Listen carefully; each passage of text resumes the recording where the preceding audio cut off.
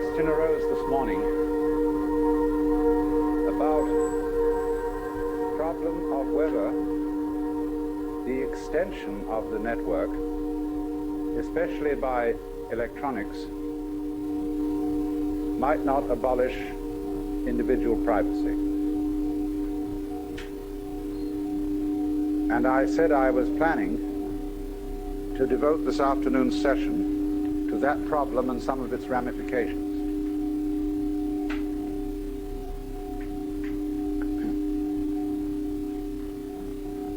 This, of course, is the area of the problem with which Marshall McLuhan is very largely concerned. For he has pointed out that just as the wheel is an extension of the feet, and as beyond the wheel naturally comes the horse and carriage, the automobile, and the airplane, all these technological creations are extensions of the human organism. And finally, the electronic network of telephone, telegraph, radio, and television is an extension of the nervous system. And into that we must throw, as an additional extension of the nervous system, the computer. The computer into which data can be fed from the files of the insurance companies, the Internal Revenue Service, the police, credit agencies, everything. So that in a matter of seconds, when an individual is identified, an enormous amount of information about him can be instantly known. In a rather similar way, the time is not too far ahead when you will be able to have a box about so big on your desk, which has a little screen on it and a dial. And after dialing a key code, you will dial the catalog number of any book in the Library of Congress that you want to read. And at any rate that you wish, the spread pages of that book will appear on your television screen. And you can get it right like that. When we get to the television worked with the agency of laser beams, you will of course be able to see solid three-dimensional images in color projected in a certain area, and you can walk around it. I haven't discovered yet whether you can kiss it.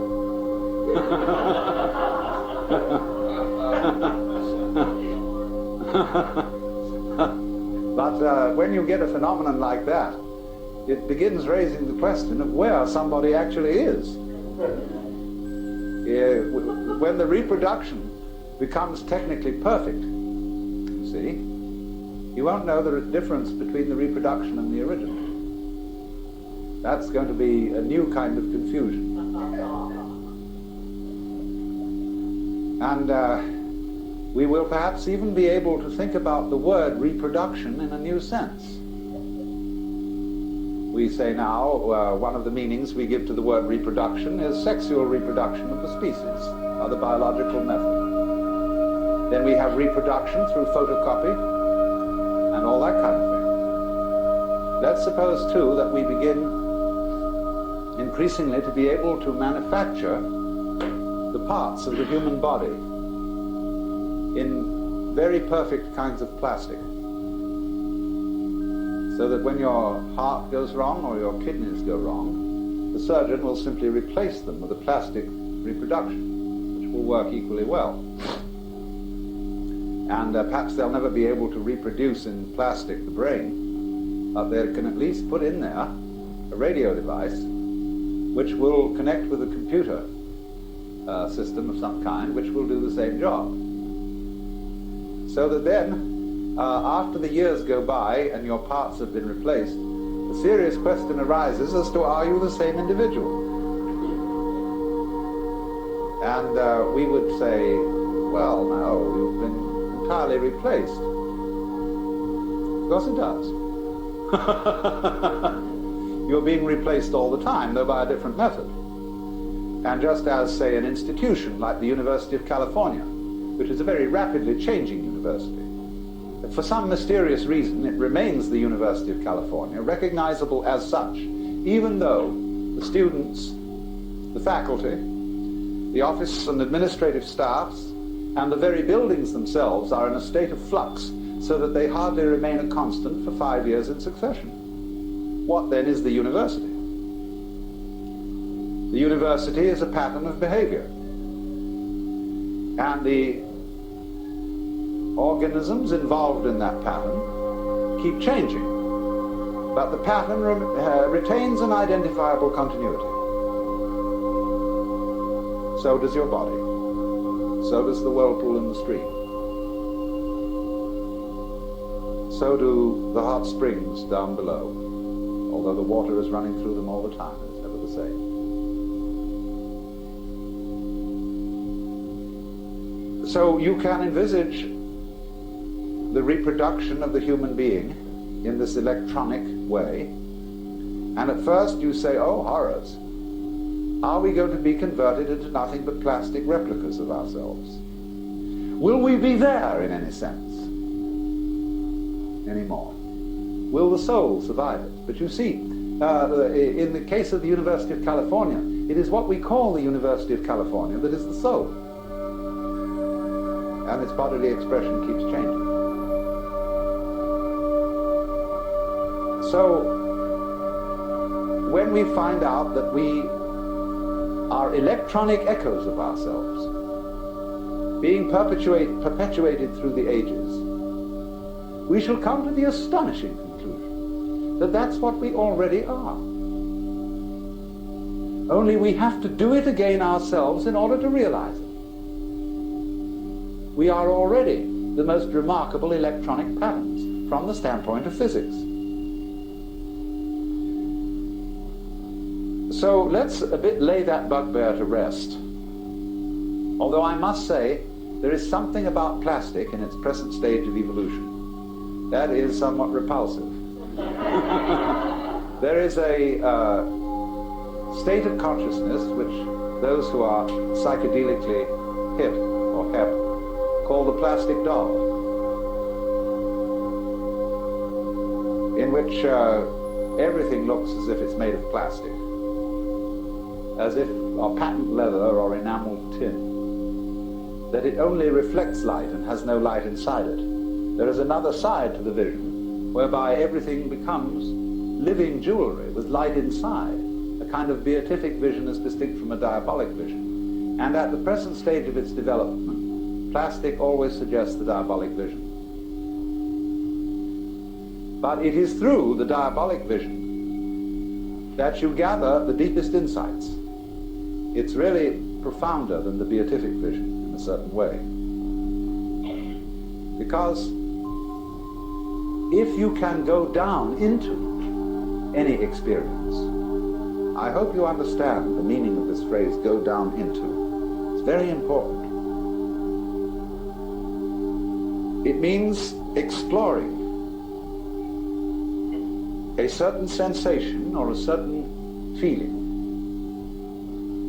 to find out all its implications, to find out what it is at root that you like about it or dislike about it. And you will find, if you explore the plastic doll vision sufficiently carefully, that it will bring about in the end a far greater depth of bliss and realization than merely exploring the things that are lovely at first sight, obviously so. So one should think about this funny thing of technology considered as artificiality in the light of the realization that there really is nothing artificial. You might say the distinction of the artificial from the natural is a very artificial distinction. That the constructs of human beings are really no more unnatural than bees' nests and birds' nests and constructs of animal and insect beings. They're extensions of ourselves. So then, what about the situation when it arises that we are all computerized, that no one is hidden? I want you to notice something already about the Bell Telephone Company. They have a regulation whereby you cannot switch your telephone off. You may have an extension in the house and you may switch that off, but you may not switch off your main phone. And if you leave it off the hook, it starts screaming after a while. They project that not many years hence, the ordinary telephone will disappear and every individual will carry around with him a thing about the size of the old pocket watches. One side of it will be a TV screen and a speaker. The other side of it will be a set of buttons, over which you just place your finger to activate them. You will be able to dial world information, who will give you the number of any given individual. If he doesn't answer, he's dead.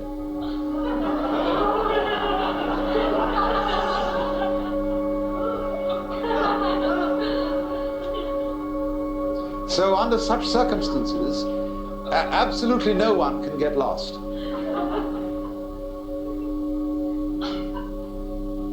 And then you see, as this moves on, let me develop some of its further possibilities. People like Toynbee and McLuhan have noted that as technology progresses, there enters into it a quality of what they call etherealization. And this is connected with Teilhard de Chardin's doctrine of peduncles. Peduncles aren't exactly relatives. We have to understand first the doctrine of peduncles. Now, here it is. Here is a globule. It might be an amoeba, or it might be oil in water suspended. And this globule is going to separate. First it does this. Then it does this. Then it does this. And then it does this. See? Now, these things here are peduncles. From the Latin root pes, pedis, meaning a foot. Some sort of protrusion out of a globular body. So notice then that the production of a peduncle, here in the form of a connecting neck, and here in the form of little tails when the neck is broken, that in the course of the development, when we reach this stage, the peduncles have disappeared. According to de Chardin, this is why we do not find missing links around in the evolutionary process. They vanished in accordance with the law of peduncles. Now, in exactly the same way, the human technology sets up certain kinds of peduncles. A road, for example, or a railroad is a peduncle, because with the development of automotive traffic, truck traffic, the railroads become increasingly obsolete. And there are rusty old tracks lying all over the country that are not used anymore. And then with the development of aircraft, the road tends to become obsolete.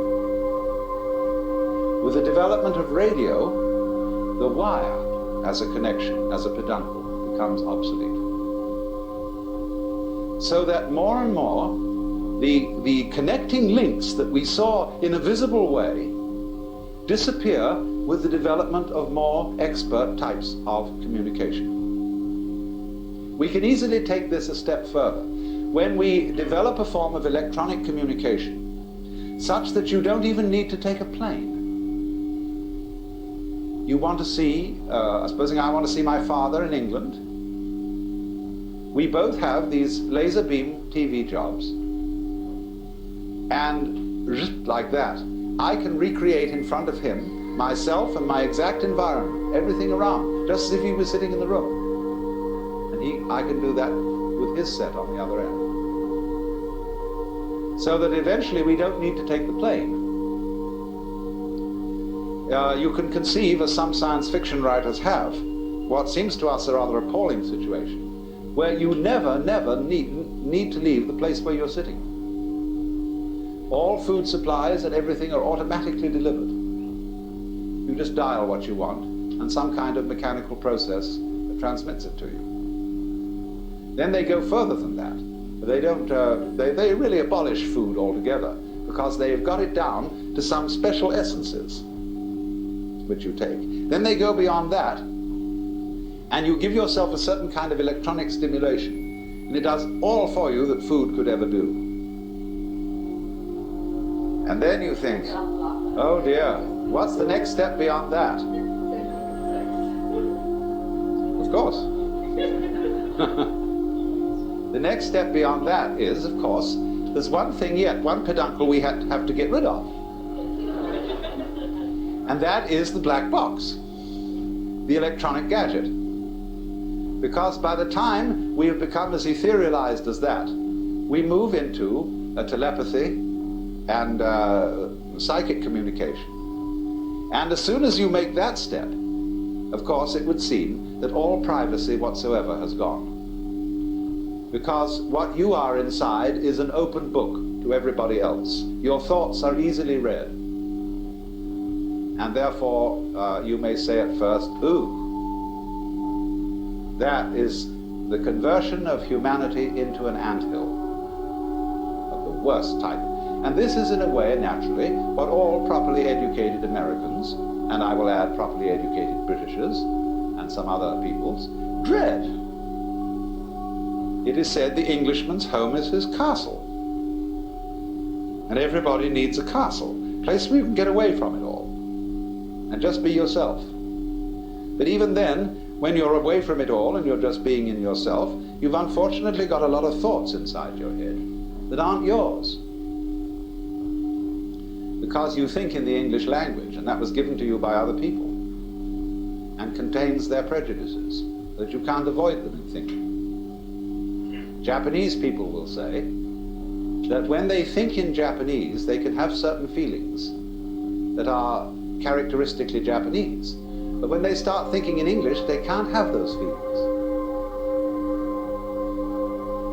And so you are very, very much really in the sphere of public influence when you start to think. And if you listen carefully to your thoughts, insofar as they are uttered in words, and they very often are, try and discover the tone of voice in which certain of your thoughts are being said, and you will listen and hear your mother, or you will hear an aunt, or you will hear a school teacher, or you will hear certain friends expressing their opinions and telling you who you are and how you ought to behave. And you think those are your thoughts, and they're nothing of the kind.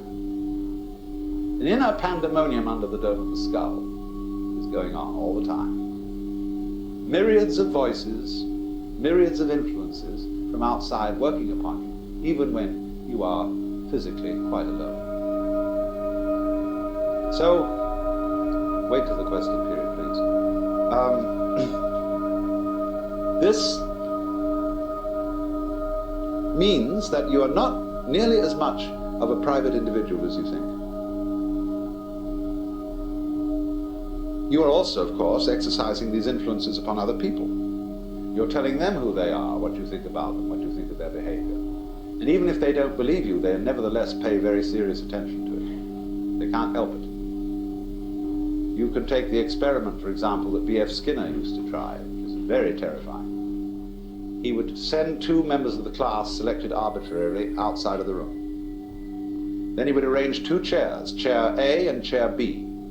He would say to the class, now look, when these people come back, we're going to engage them in a conversation. Whatever A says, agree with him. Whatever B says, disagree with him. So they come back into the room and they take their seats, and the conversation begins. Now B may be a very strong-headed, articulate person, and A really rather feeble. But what happens is this, that by group agreement with anything A says, he is encouraged, he is built up, he becomes more articulate, he finds himself sprouting. But B, by being disagreed with on every point, begins to get baffled and confused and feel very uncomfortable indeed.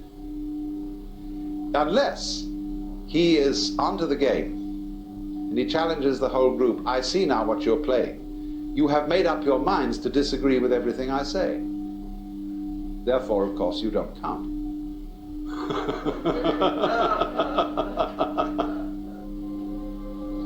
I shall pay no attention to you. So, in this way, you see, we're already colossally influenced by each other. And this is why I think that Harry Stack Sullivan's basic ideas about psychopathology are in some respects more profound than Freud's. Freud is always looking into the individual history, into the physiology, into the depth psychology of the individual in an interior sort of way.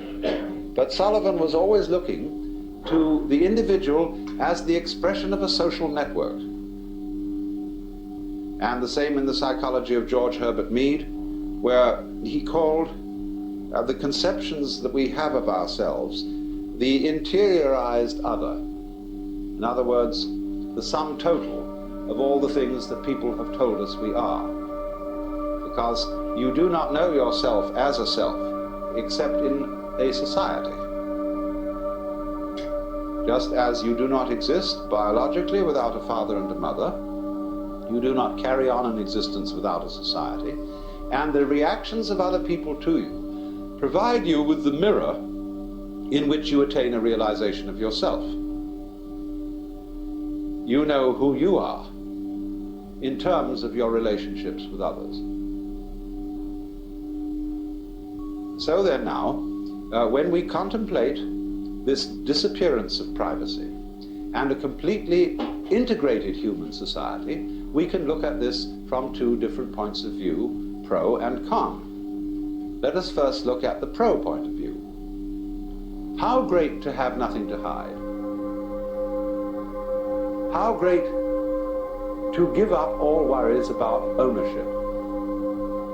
Because you can say, if somebody says they would like something you have, and you say, please, have it. Because you know very well you can go to someone else and say, could I have that? And they'll give it to you. And so all the way around, there is no propriety, in the sense not of prudish propriety, but propriety in the sense of possession. Also, of course, in the sense of prudish propriety. Nobody has any dirty little secrets, because if I have any dirty secrets, I know very well that you have too, and so let's drop the whole pretense and let go.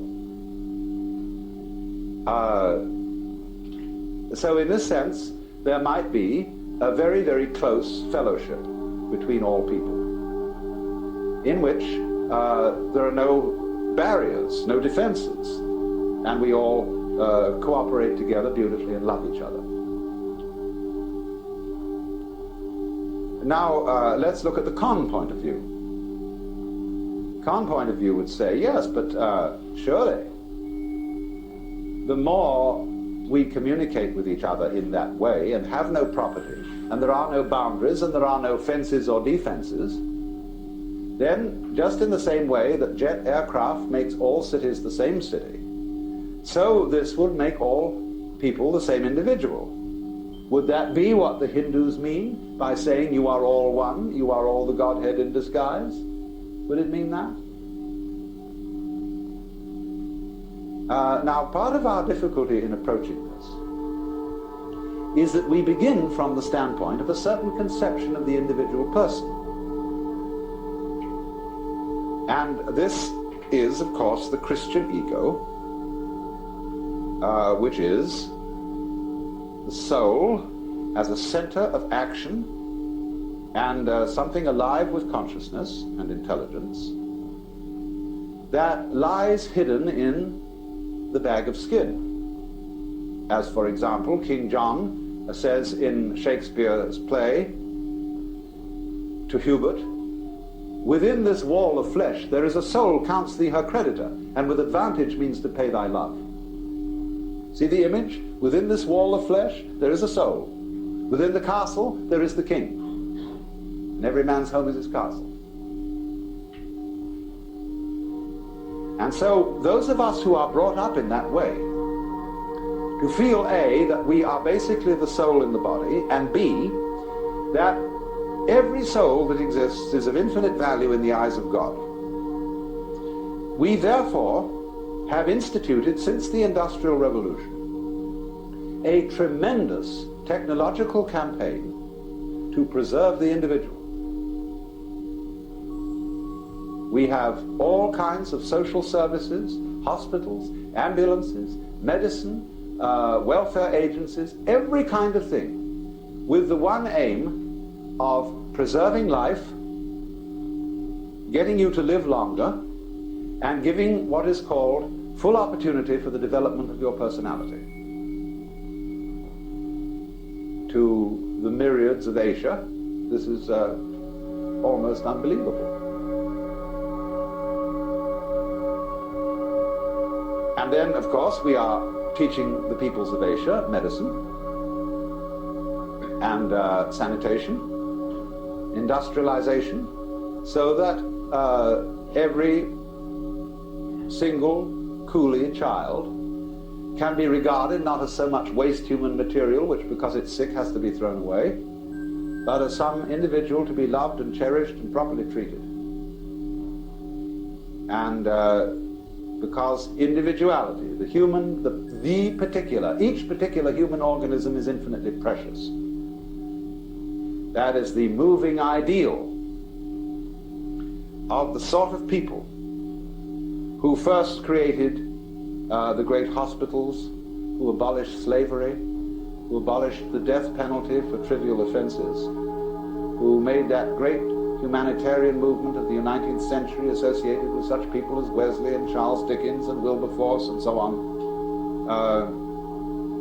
to rescue the precious individual from the ravages of impersonal disease or impersonal political exploitation.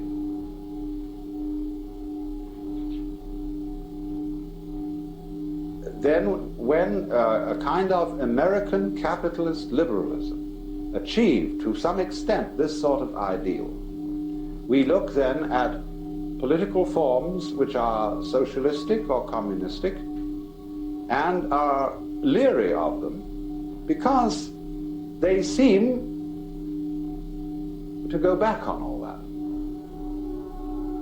So, of course, did National Socialism in Germany.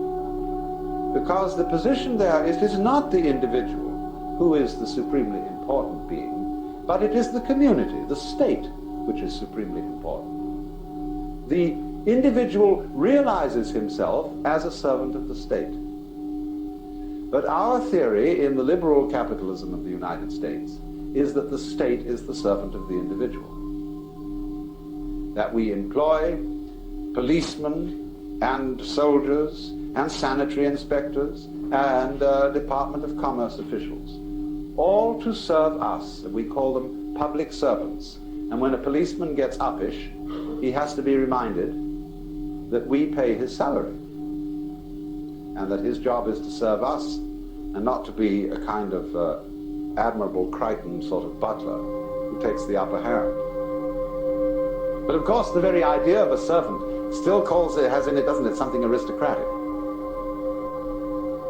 And as we all know, in this country it is increasingly difficult to get services of any kind. More and more it is felt beneath the individual's dignity to be, say, a waiter, a barber. After all, they give you a certain kind of service. Certainly, it's beneath anyone's dignity to shine shoes, because that's the feet, and that's very low down. It's like kissing people's feet. To give massage, to do all these things for other people that are rather material skills. Increasingly, you have to get them in another way, either by a do-it-yourself system or by some sort of machinery. And so in the same way, people who used to give service want to translate themselves professionally. People who were formerly called undertakers now call themselves morticians. Janitors call themselves maintenance services. I suppose barbers will soon call themselves tonsorial experts. All sorts of things like that are happening right now in order to give the sense of equality all round. And so the guy who gives you gas at the garage will notice your first name on your credit card and will address you by it. I get very irritated to be called Al. I just don't respond to that form of address at all. But I suppose that's my British snobbishness.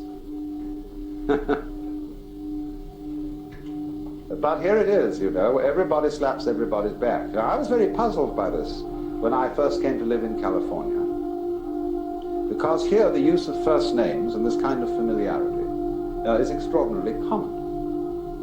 And when I found myself on first name terms with a man who was in a certain sense my boss, who was the president of the University of the Pacific, I felt distinctly uncomfortable. The reason I felt uncomfortable was that I felt the whole thing was insincere, that there was not the kind of relationship between us which would normally be represented by being on first name terms. But there was what was much worse, and sort of effort to prove that there really ought to be that kind of relationship when neither side had any intention of forming it. And that's very baffling if you come from outside. And you don't know, I suppose, what all good born and bred Californians know. What are the cues? The subliminal cues which distinguish one form of first name address from another. Of course, what eventually happens is that people have two first names. The published one and the nickname, known only to an intimate circle, used only by an intimate circle. But you see, what we see in this then is the creeping socialism, the creeping abolition of what is precious and what is private and what is property, and feel that as that disappears and as all fences disappear, the collection of human beings will simply dissolve into an amorphous mass. And indeed, there is a danger of that. We have seen people disappear into amorphous masses. We have seen Hitler's legions. We have seen the things that Chinese can do with what the military tactic called the human sea, when swarms and swarms of troops, all identically uniformed, are absolutely thrown at the enemy, in wave after wave after wave. But let us not forget that the generals of the Western powers did exactly the same thing in the First World War, on both sides. They used the tactics of the human sea, in which the lives of individuals meant nothing whatsoever.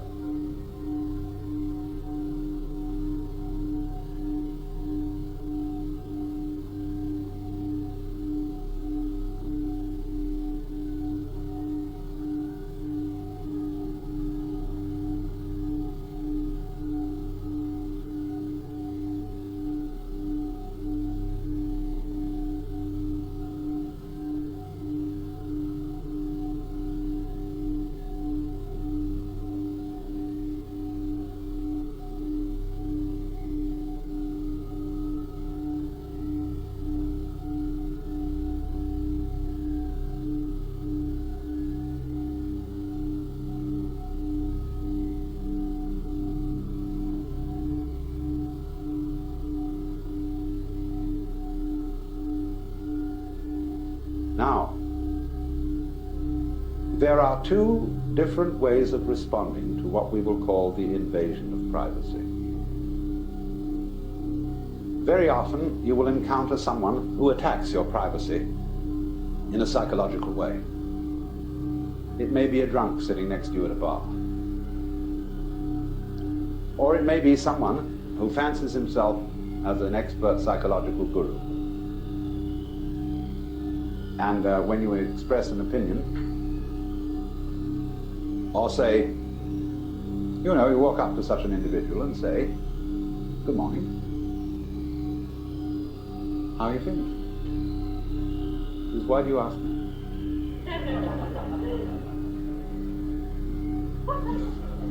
No. And he immediately, you see, breaks the social rules whereby you communicate with another person without actually saying anything.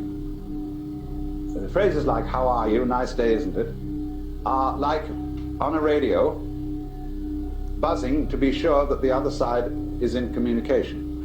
And so you make various noises, testing, is that so-and-so, give a call letter, etc., etc., etc., and you know you're in touch. So in the same way, we, in our general daily converse, we feel each other out by saying these little social platitudes, and then we test the person as to whether they, by the sound of the voice, by the smell, which we don't think about, but which we absorb unconsciously, unless they smell very strong. Then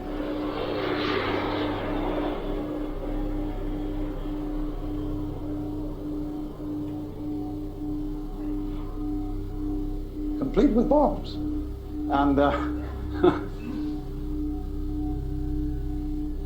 then we get the feeling, do I want to explore this relationship further? We test. Then those people you see who invade your privacy instantly, it's either the drunk or the child who's quite innocent, or the probing psychologist who is playing his special game, maybe of one-upmanship of some kind, and sees how uncomfortable he can make you. Now, what are the tactics of response to be in these various situations? When you get the probing psychologist, you can shrug your shoulders and say, didn't your mother ever teach you manners?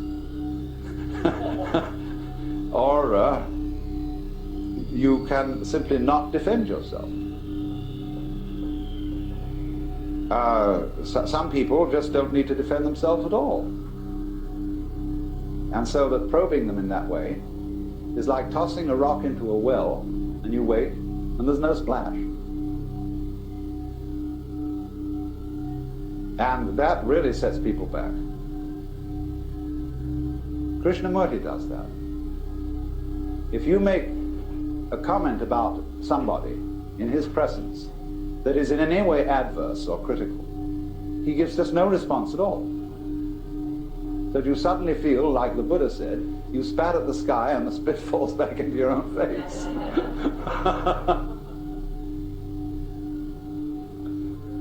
And I was once present where a certain person of that nature was using as his ploy silence. And the silence implied the conversation of everyone else around this table is trivial. Now, it was one of those tangible silences. And suddenly someone at the table turned to him and said, "You know, I can't stand people who use silence as a weapon."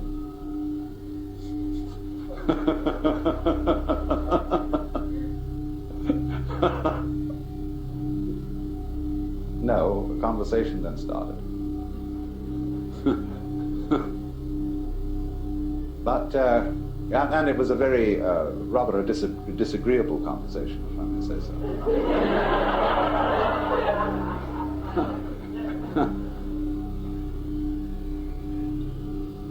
So, there is, you see, always the response to psychological attack and invasion of privacy, as Allen Ginsberg does it.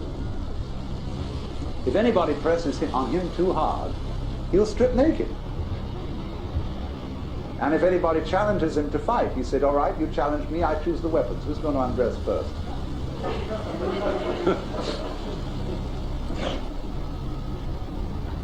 And he has this kind of marvelous feeling that there really isn't anything that he's hiding.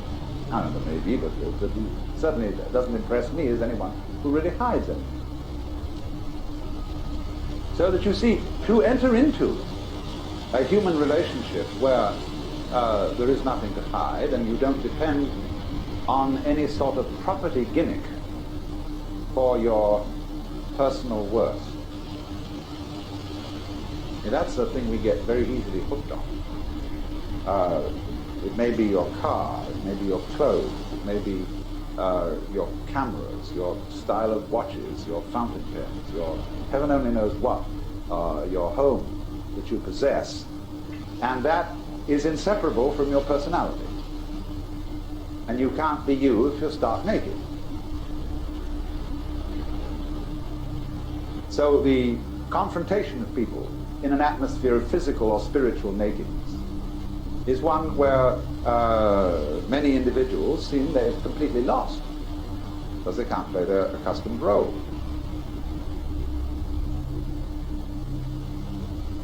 Of course, I have a certain advantage that even if I'm stark naked, I can still talk. But now, supposing they say now, you shut up.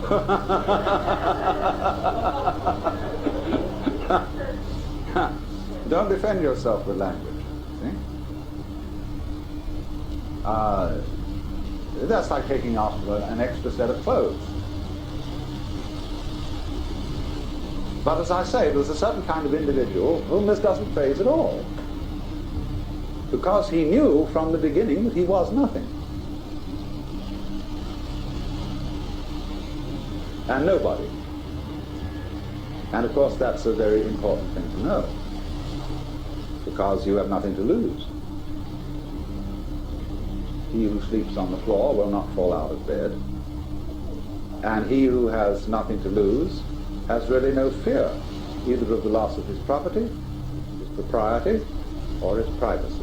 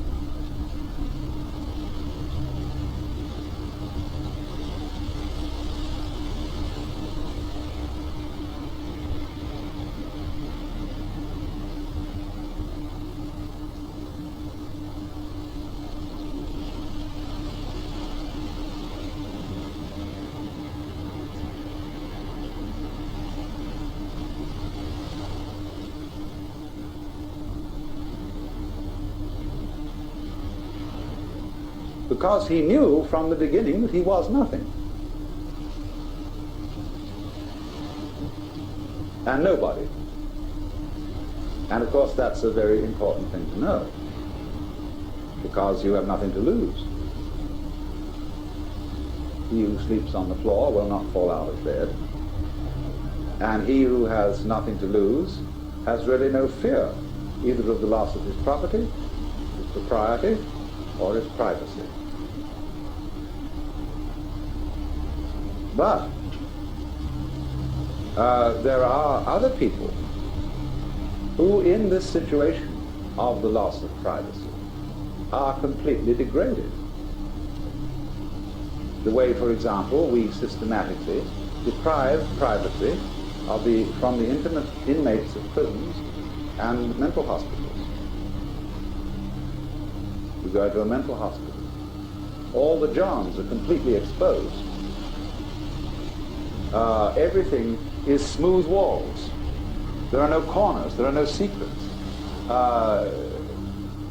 Everybody's sort of herded around, and they all look the same, put the same uniform, have the same haircut, and also in the army, in the Marine boot camps.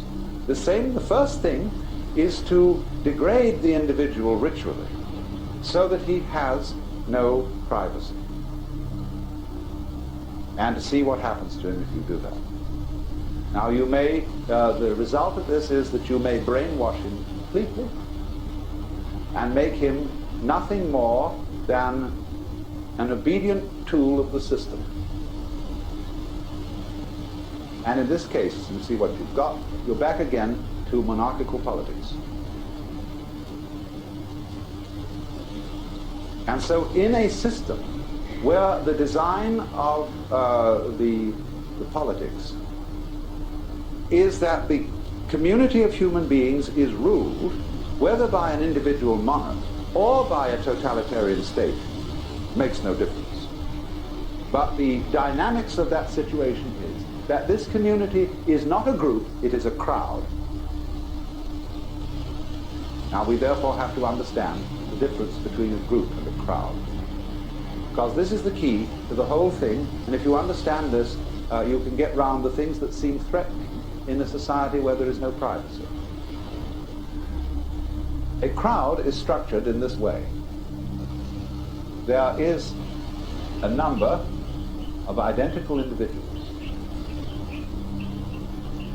suitably brainwashed, and there is a leader, whether this is an individual again or a bureaucratic entity of some kind. The relationship between them is this.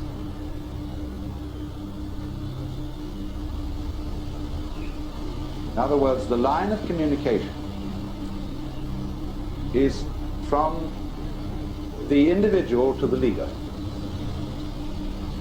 And they're not really in communication with each other at all. Except insofar they may communicate with each other, but this controls the nature of their communication. So in other words, when a politician speaks to an enormous audience, what he sets up is a crowd, because the audience are individuals who don't know each other. They're just people, they're just heads or hands. And so the leader really communicates with them, and they can't answer back unless they do so as a group. Sieg Heil! You know? Then they answer back, but all as a collective. Because along the lines of this kind of communication, supposing I talk to 1,000 people over the radio, and they all send me back letters, well, I can't read them, much less answer them. There isn't time. So this is a strictly one-way communication. Now then, let's look in contrast to that, the design of a group. We'll make it a circle again. Now, a group has no leader, because it is itself an organism. And so the lines of communication run, first of all, like this.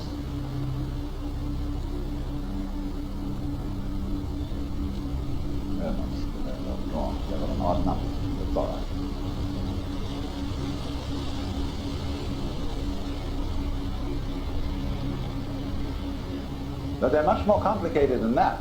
They are also this.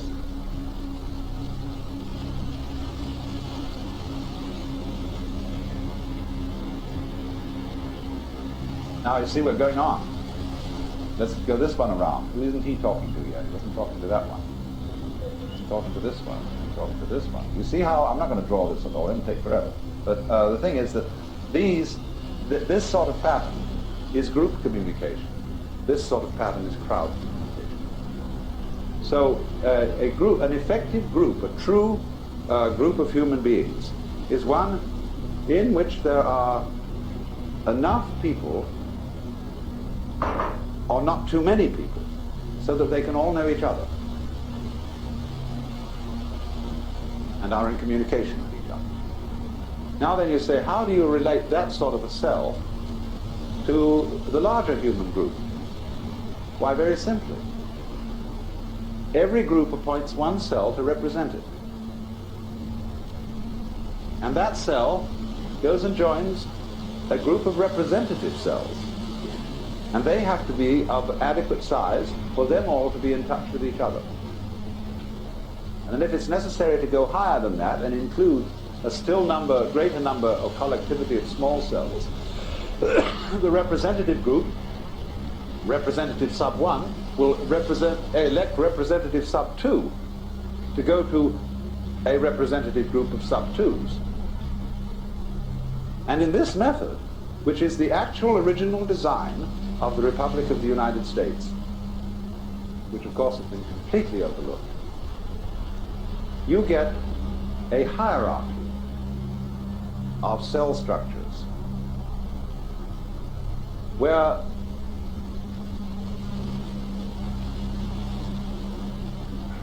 because I am in communication with you here and I'm fully occupied in this system of communication, the chances are that I don't know a great deal about what other cell groups are doing because it's too complicated for me to scan. But therefore we will delegate one particular individual and say, you make a specialty of scanning these other groups around here so that you have a wider knowledge. And so it goes, so that you have a hierarchical system of communication. You can call it government if you want to, because what we are simply talking about is an information system. So that, for example, one of these will not ever individually elect the President of the United States, but his representative at a certain level will, because his representative at a certain level knows far more about who to select than he does, because he's made it his business to do so. Every individual can't do that. And so you will find that this is the system of direct representation used by all dictators. All dictators vote themselves into office by referendum. They take it to the people. Say, you are the people, you elect them. Well, it's the easiest thing in the world to bamboozle an enormous number of people by mass persuasion. You do practically anything you want. But you can't bamboozle that kind of structure. It's too strong. Here, with the mass communications, everybody getting the same thing.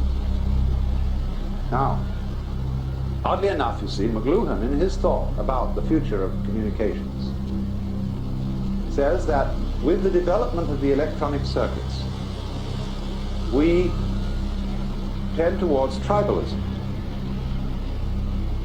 And this precisely is tribalism.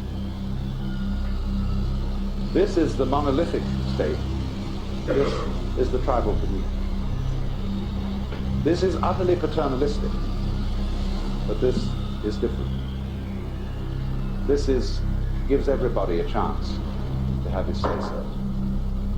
And have his say-so not only in terms of a yes or no vote, but the unit, the tribe, is small enough for there to be a discussion. And that's why we can't understand about Indians, Amerindians, why they don't like the idea of voting. They have a power.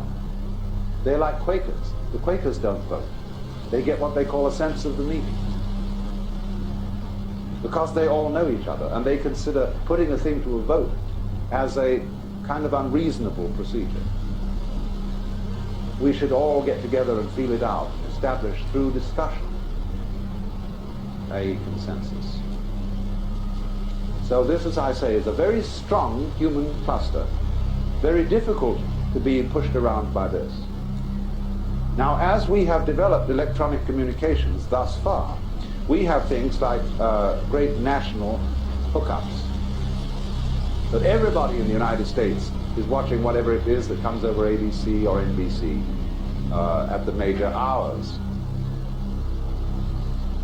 And but that is, I think, a fairly temporary phenomenon. With the development of UHF, ultra-high frequency television broadcasting, and the more we develop microelectric